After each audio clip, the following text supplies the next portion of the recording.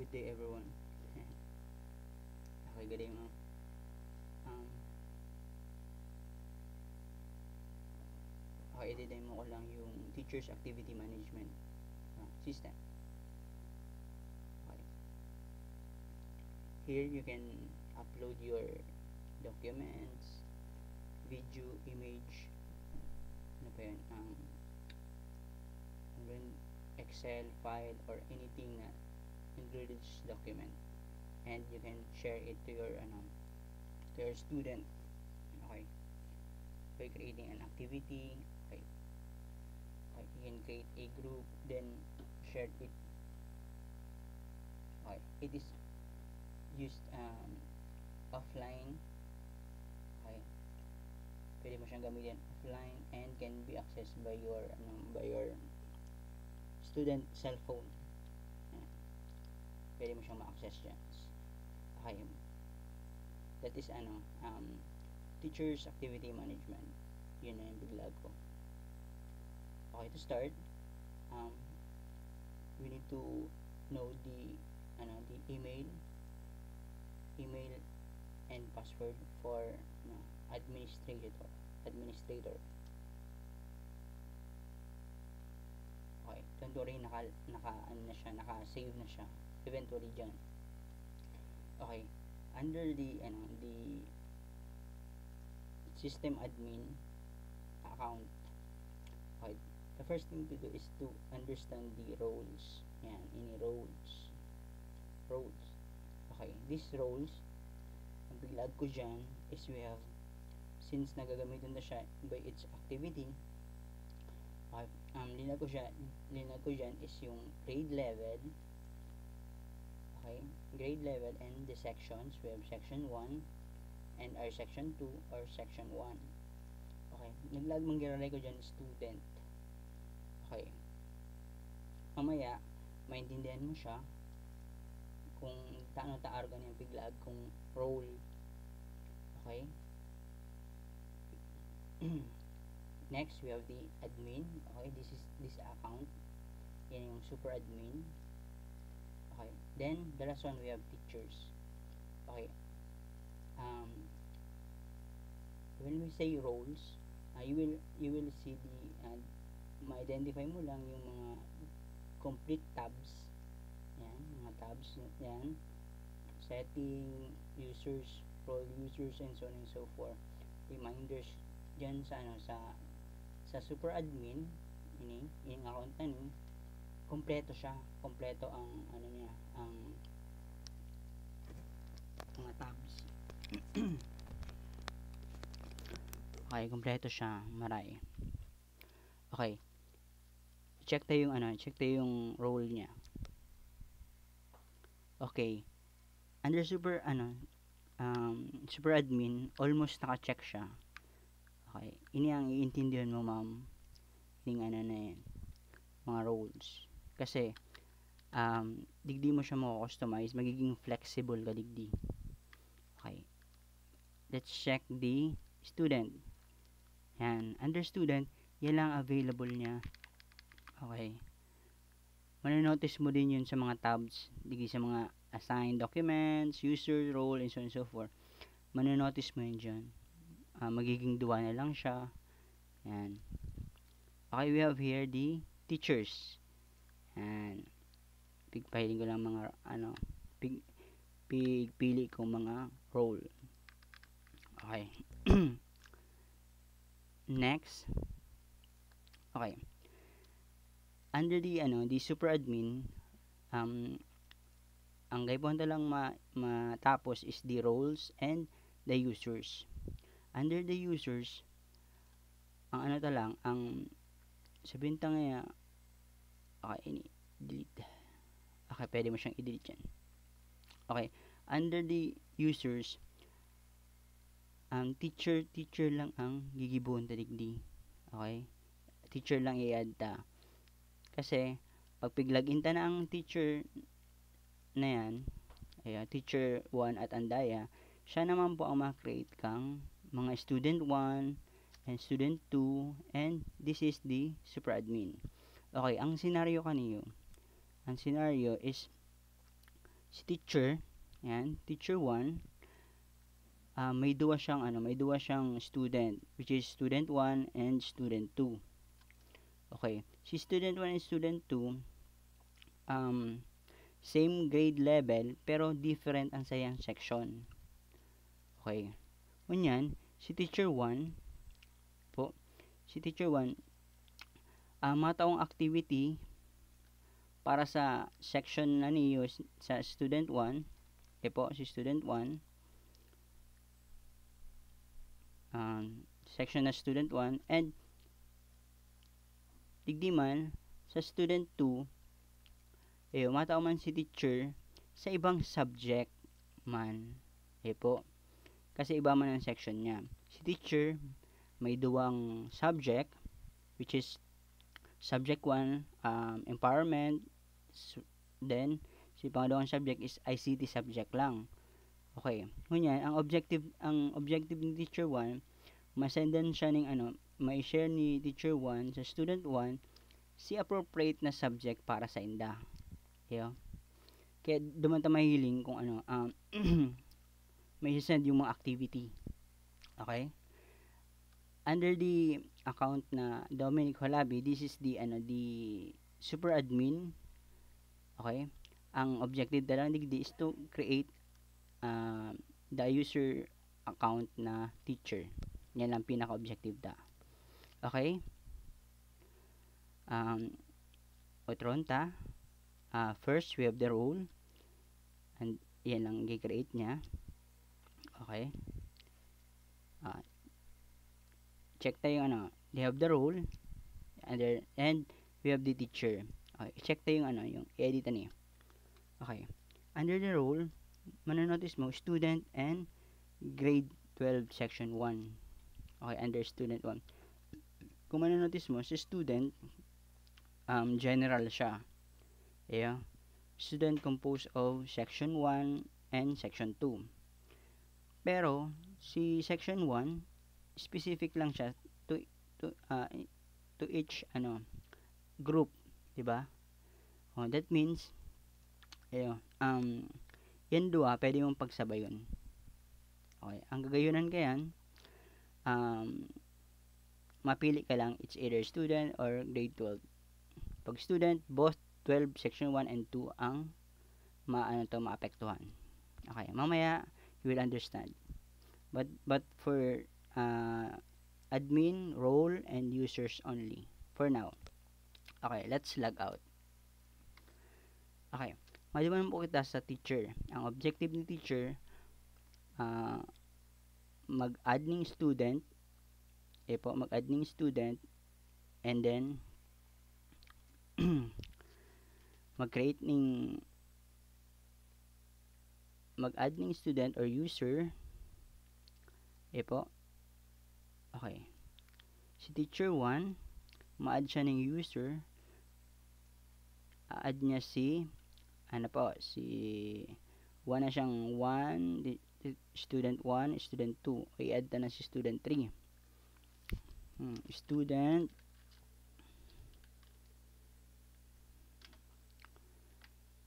okay, 3.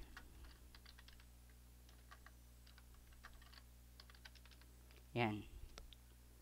Okay, again customize kung anong number. We have email, we have student _3. Okay, yan, at Andaya. Pwede mo siyang i-customize kung anong gusto mo na extension niya. We have password, student lang, student 3, student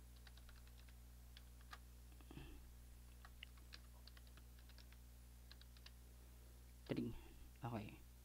Now, ini si role. Student 3, nasa grade 12 siya, section 2 siya. Student 3, i-save na siya. Tapos, in general, sa grupo siya kung section 2. In general, nasa student siya. Okay? Save.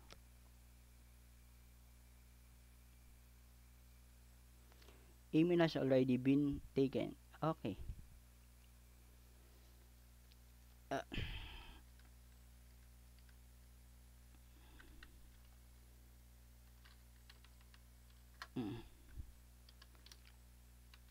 Buwan na pa lang gani.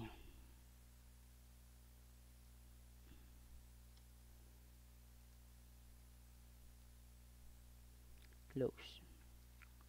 Save.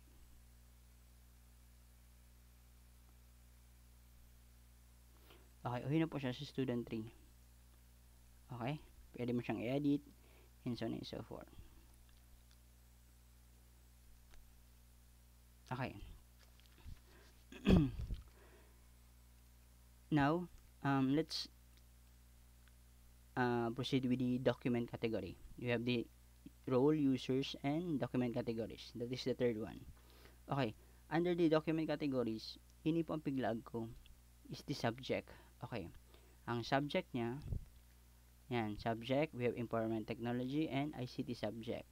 Pero ang default niya po, ang default niya is yung data type like video, PDF, or documents. Okay, but for me, based naman sa gusto kong mangyari, ang piglago po dyan as a document category is the is the empowerment technology. Okay. Para maging flexible kita. That is the that is the benefits of creating the role. Yan. Okay, under document, and as you can see, under the the document category, you can add a subcategory. Okay. Under this, you can use the MTech activity 1 and MTech activity 2, and this is the captions na submitted. Okay.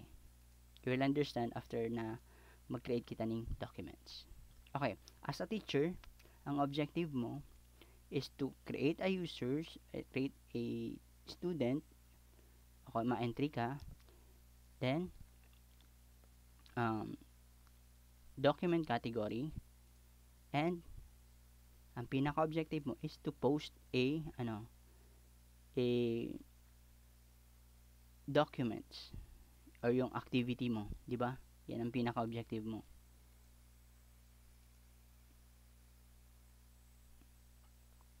Is yung activity.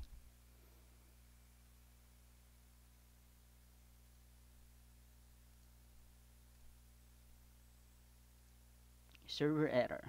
Why?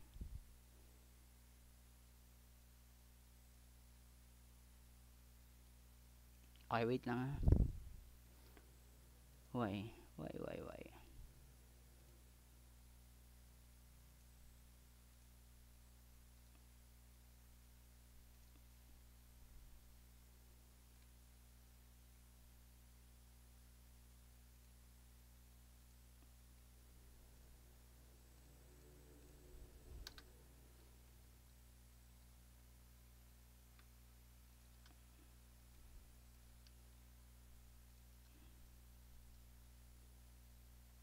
Okay. Okay, delete mo na delete mo na siya.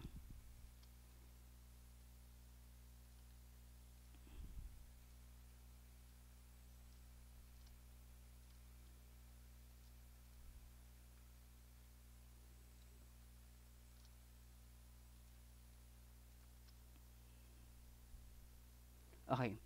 Under assigned documents, yan, assigned documents, si teacher, ma-post po siya ng mga activity. It could be video, or documents, pictures, and so on and so forth. Okay. Ma-add po kita ng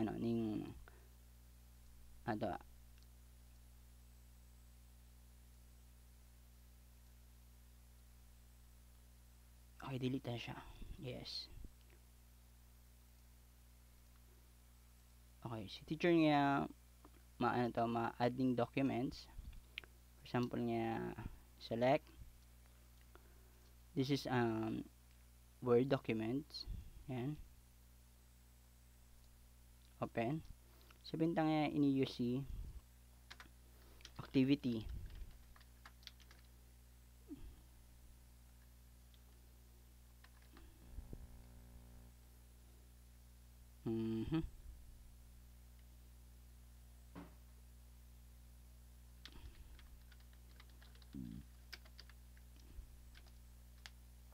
Activity 1, module. Okay, module. Okay. Okay, under the document category, pwede mo siyang as activity 1, 'di ba? And then here, po, assuming si si grade 12 section 2 lang ang tatawan ta.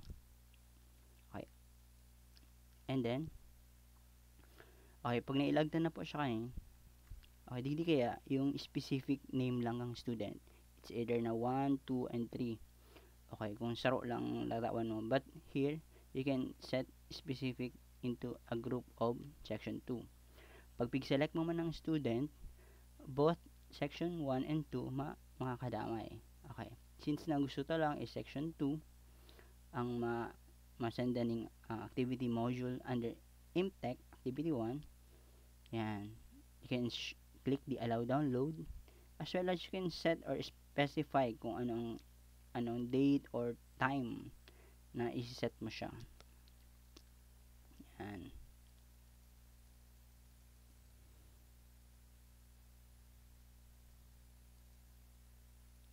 Pwede mo siya ma-set. Then, okay, pag piglagan mo na siya, okay, common sense na lang kung ano lang ang paglag ani specific kaya ini by group. Okay po. Then save. Okay, now okay na siya. Okay, this is a word. Okay po. Yan. Inaasahan ta ni duman sa sa user na section 2. Section 2 section 2. O si student 1 is section 1, di ba? That means section 2 student 2. Di ba? Okay. Check tayo yung section 3. Student 3. Okay.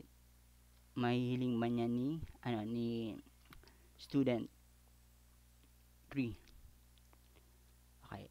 Under assigned document, mahiling kang activity 1 module under IMT technology si 2 and 3. Diba? Okay. Now,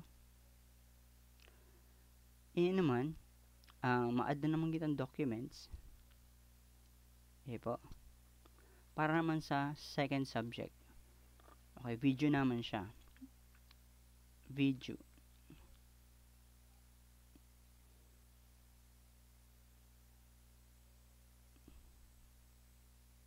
Video. Okay. Anong kay punta dyan? Intro video. Yan. Yan. Yan. Ini si file name, ini si name. Pwede mo ding Okay, activity 1. Activity 1. Ayan.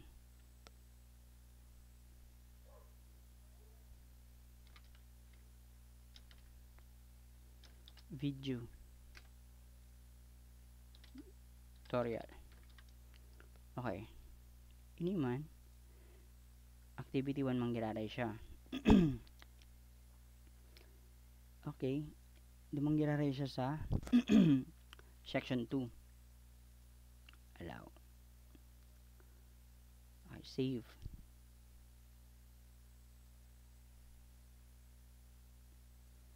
Medyo nariribo ako kung saan section 2.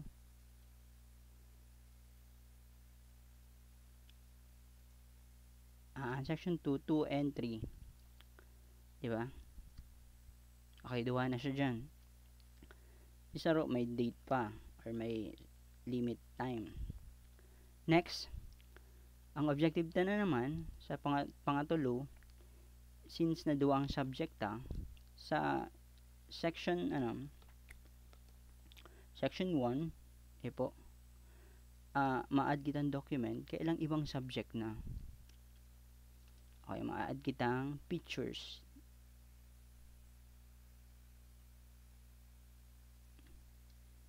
Picture naman. Yan. Yan. Activity.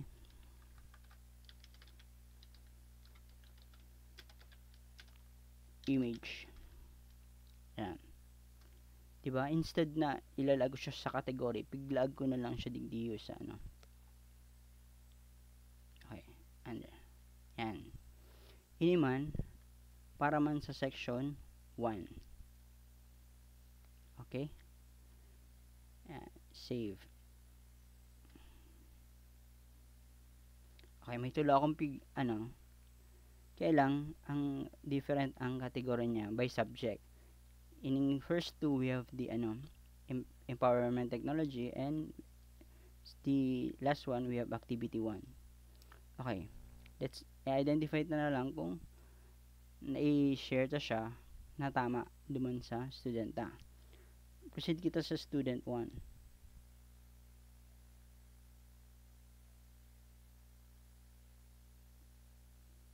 Lahat.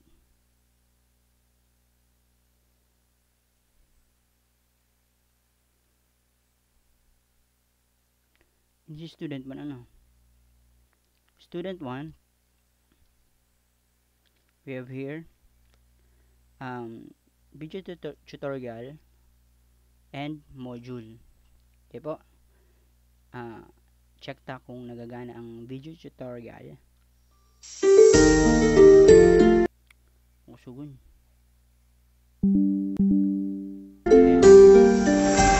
Here, pwede mo siyang madalan, and at the same time, pwede mo siyang ma-download. Okay po. Yan, pwede mo siyang i-save. For now, dito na siyang i-save. Back na lang kita. Next, we have the module. This is, Word document. Okay, di siya dyan nag-run. Okay po. Sa background nagra-run yan. Pwede mo siyang i-download. Yan. O yan na siya, na-download na siya. Then, pwede mo siyang i-view.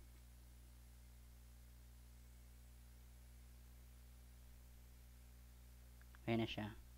Na-view mo na siya. Okay? Okay, back. Okay, si student 3. Po. Yan, sinasendan si student 3. Okay, lagot kita. Tuwang kita sa student 1.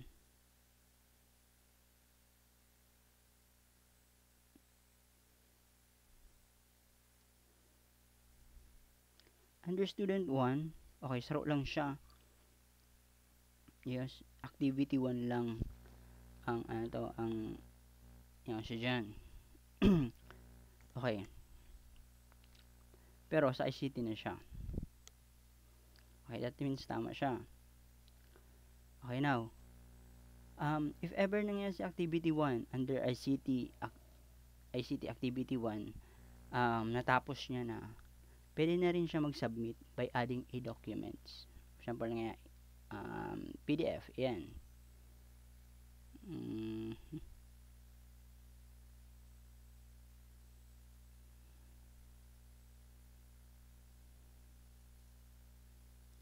Yan. Media. Okay, natapos niya na, for example, ayan. Siyempre, ang pag-submit, ang file name niya is siyempre si pangalan niya. Pangalan niya is student 1. Student 1. Ito, activity 1. Okay, ang category niya, we have the ICT 1. Oops, mali. Siyempre, isa-submit na siya. Submit completed. Okay? Digdi, din ang kita kung ilalagta ka siya sa teacher, if ever na may tulong teacher, sa tulong teacher mo siya, may isa-submit. Kaya, specific kita sa sarong teacher. Okay. Okay, now, ang question is, sir, pwede pong mag-add kita ng panibagong teacher? Okay, digdi sa sa activity management, specific lang ni sa imong subject. Sarong teacher with different subject. Okay. Kaya mas preferable sarong teacher lang. Ay po. From ICT lang. Okay, manonotice mo siya. Ayan, student 1, uwi na siya. Ipo, senta siya pig-submit, senta siya pig-share. Okay, teacher 1.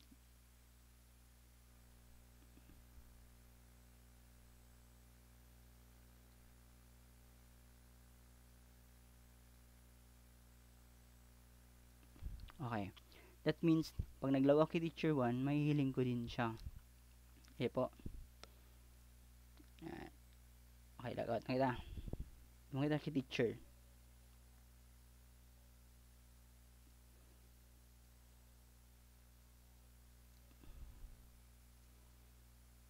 Okay. Ayan o. Student 1, activity 1. Okay, ICT sub-complete. Ayan na siya. Sir, pwede mo siyang i-separate. Ayan po. For example nga, sa ICT. Ayan. Submit. Diyan lang. Di ba? Okay po. Sa mga activity, empowerment. Yan ang sa empowerment. Okay po. Pwede mo rin siyang i-close kung gusto mo gabos. Okay? Madama naman kita sa student 3.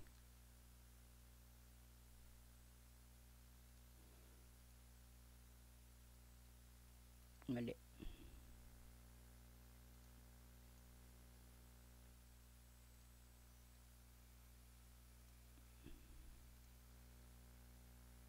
Okay, ayun siya. Under student 3, yan. Okay, gusto ko man nga mag-submit ini-empowerment ni. Okay, masubmit man nga kitang file. Ayun, doc. Yan.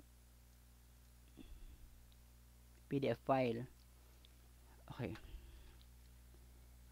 Student 3, si pangalan niya. Tapos, syempre, si activity 1, kailang submit siya.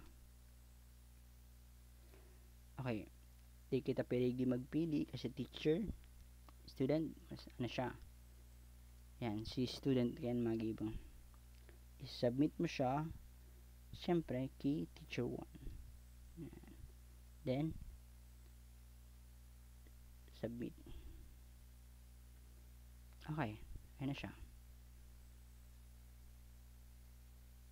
Then, log out. Balik kita naman sa teacher 1.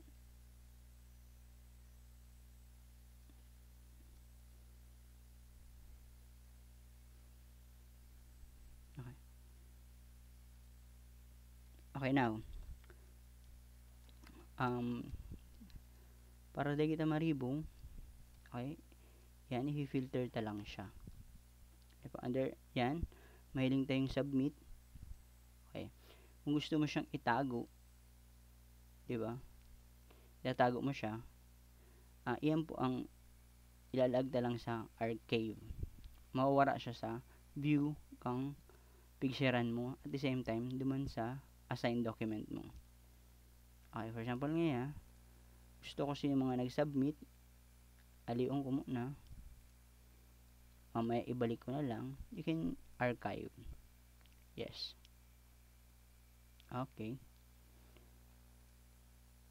Yan sa archive. Then, may na doon sa assigned document. Diba? Okay, sinag-submit man nga. May na siya. Sarap man nga nag-submit. Yan, lalag man siya sa archive. Archive. Yes. Yan. Okay. I-alta siya. Maligit siya. Yan. And then, paglawag sa archive, ang teacher, pwede mo rin siyang i-restore. Yan.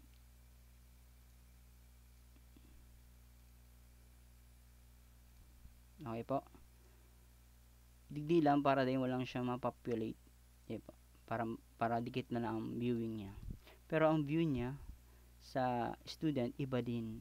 We have student sabihin tayo student 1. Yan. Ini si viewing kang student 1. Okay?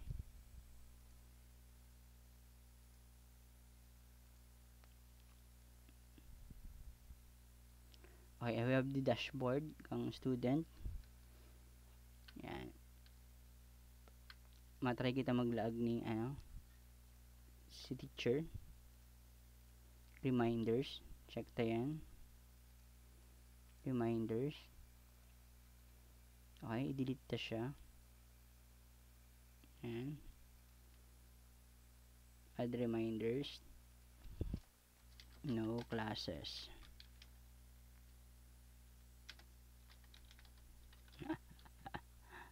Yan. Okay, you can repeat and so on and so forth. Okay, you can set the date, then and you can type things you want, then save. Okay, we have here dashboard. Yan.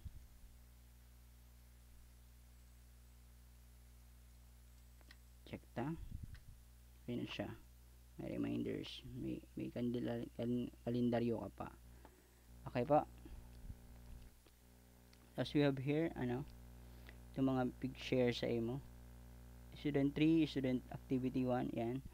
Since na teacher ka, nag-submit siya sa imo, pig-share to sa imo. Okay, take note ha. Goes po yan may, pwede mo po ning magamit. I-try mo na lang i-gamit yan. Pwede ka mag-log comment sa sa activity, mababasa yung kang estudyante. Yan. Ano pang pwede? Pwede mong i-share kung yan na dyan, kung may padigdi, pwede mo i-delete. Okay, automatically yan. Pwede mo siyang mag-give. Okay. Yan. Yung mo lang yan. Ika na lang mag-manage kang Pero, pwede mo na siyang, pwede mo na siyang ma-send or ma-share offline at the same time sa cellphone kang estudyante. Okay, kung may question ka, okay, sana,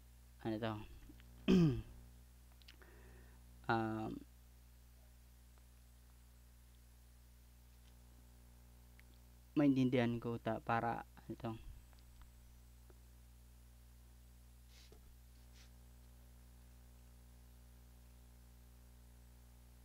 di nakita magkalkal kang kang code kaniyo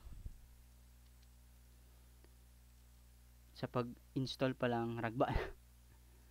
Okay, hoping na na yung objective mo sa pag distribute kang activity, pag send kang file niya na. Okay.